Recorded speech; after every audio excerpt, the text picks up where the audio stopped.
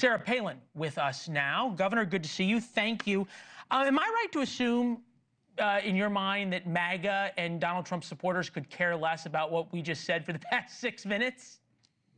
Well, I think the volume needs to kind of be turned down on this idea that perhaps there's a pattern of these mistakes being conducted, because it's not a pattern yet. You cite two very significant examples today of administrators who have said the wrong thing, done the wrong thing, and they're going to have to work with President Trump to smooth some feathers and fix whatever happened there. But it's not like it is a pattern, at least not yet. Now, a week from now, 2 weeks, a month from now, if we see more and more of these examples, then the president will no doubt step back and say, hey, we got to regroup here. If things aren't going to be smooth, if his agenda is not going to be ushered in per the vote of the people, that's the wishes of the people, then I think they will regroup and maybe already change some persons.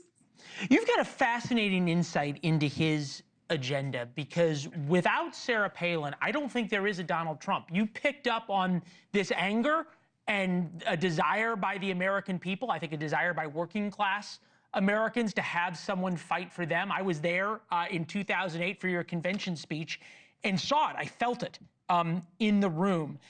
Is this finally your vision now playing out? What is this now, almost 20 years later?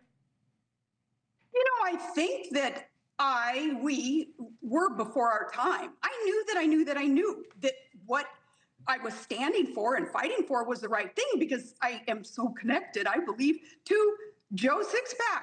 That's who I am, just running businesses, raising families, not a professional politician, knowing that the bureaucrats and the faceless politicians in D.C. do not know better than we ourselves as individuals how to run our lives. So a lot of my passion for back then, well, it's going on 30 years now when I started in local government, to today's passion even for fighting for what is right.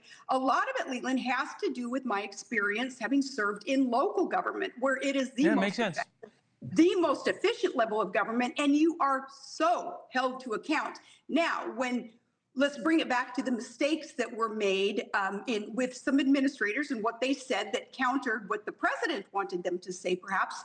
I think it bodes well for local government experience, where you are an administrator. You learn, from the bottom on up, how important it is to all be on the same sheet of music and not to have blind loyalty where you're going to fight for something that you just can't believe in, but your boss tells you to.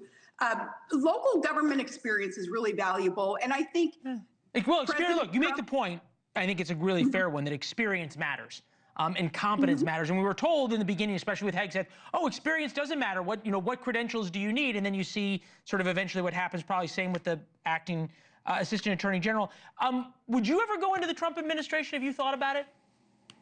Yes, I would. I would love to. I thought that there would be a position in energy in that department, because that's my baby, is wanting energy independence for America.